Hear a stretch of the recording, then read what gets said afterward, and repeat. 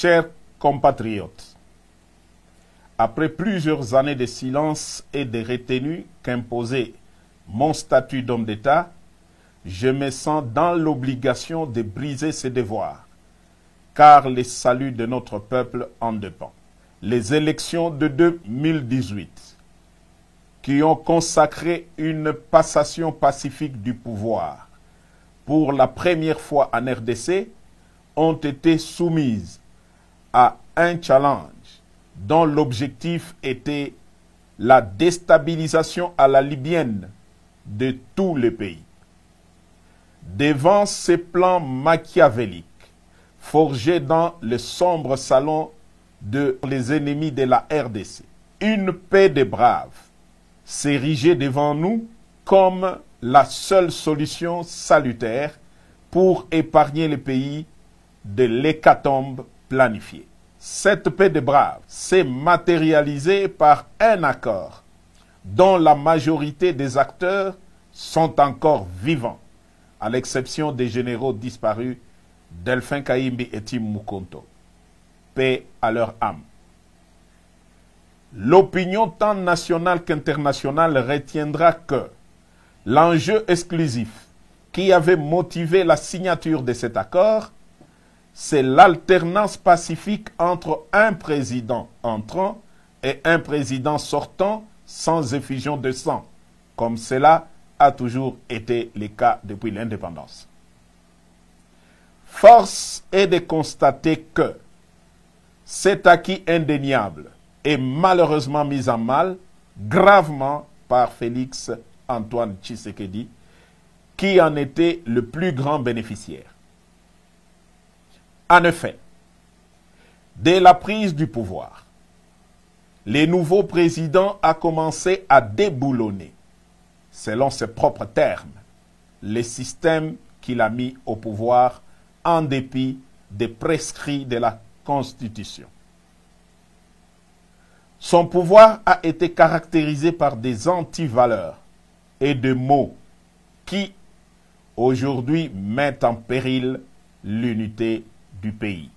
Je cite: la corruption institutionnalisée, les tribalismes à outrance, la prédation des richesses du pays en détruisant le cycle de la croissance économique dont tous les agrégats macroéconomiques étaient favorablement ouverts au début de son mandat. L'instrumentalisation et la tribalisation de la justice, les assassinats politiques, ainsi que le crime d'État dans le Katanga et dans l'Est de la République. La paralysation et la caporalisation du Parlement, symbole de la démocratie. L'affaiblissement de l'armée et du système de défense par les tribalismes et les traitements à la tête du client.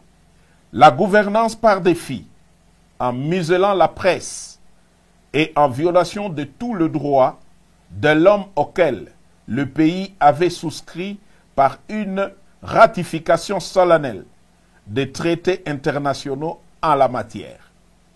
Pour preuve, l'arrogance et menaces publiques dans les discours au Kasaï et à l'étranger à l'encontre des opposants politiques, la mort de l'opposant Chérubin Okende est tout sauf un hasard.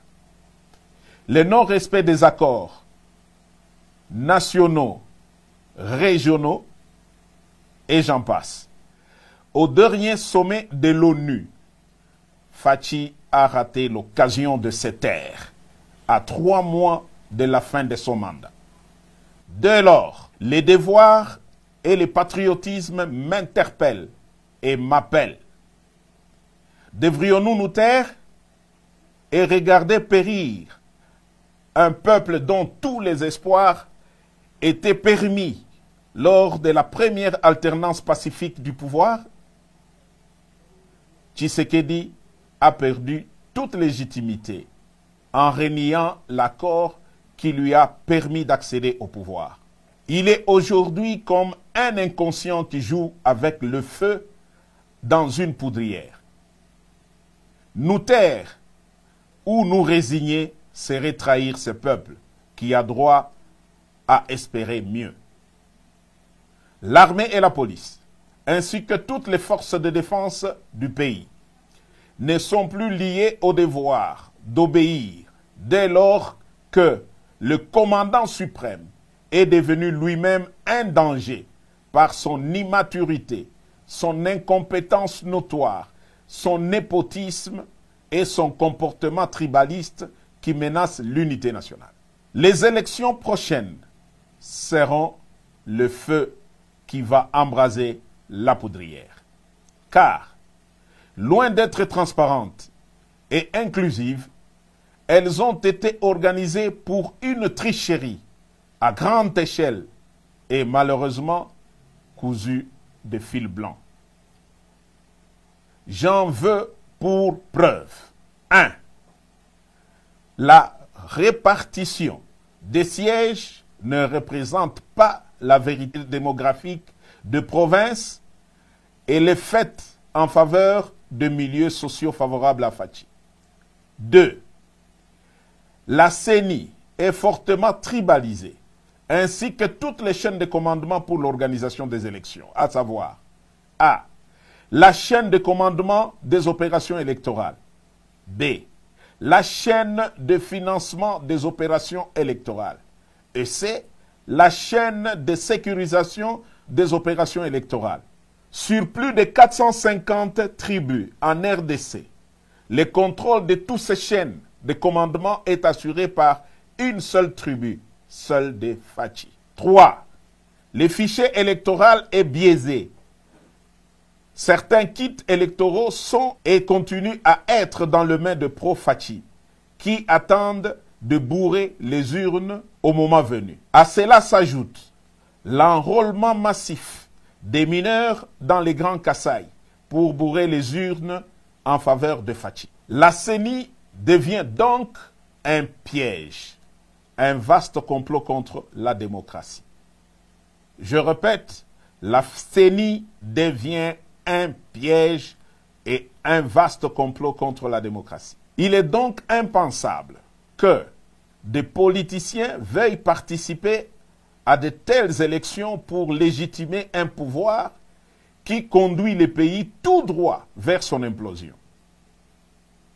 Si, en connaissance de cause, ils y participent quand même, ça sera soit qu'ils sont complices de Fachi, soit parce qu'ils poursuivent des intérêts égoïstes, personnels et inavoués au détriment de l'intérêt général du peuple. Je ne reconnaîtrai donc point, par devoir sacré et sur le serment du soldat, les pouvoirs qui viendraient de ces piètres élections si jamais elles ont lieu dans les conditions si haut décriées.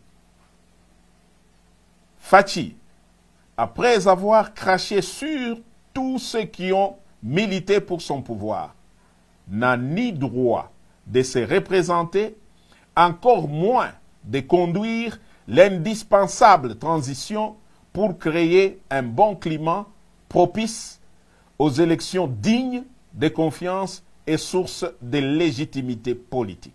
J'en appelle donc à la conscience de tous les fils et filles de la République à barrer la route à cet aventurier qui est comme un pachyderme dans une poterie.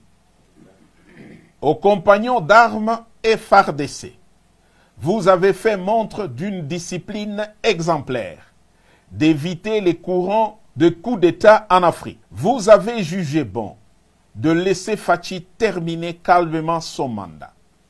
Mais alors, si d'ici le 20 décembre, rien ne change dans l'organisation d'une élection inclusive et crédible comme cité si haut, nous serons dans l'obligation d'appliquer et de faire appliquer l'article 64 de la Constitution.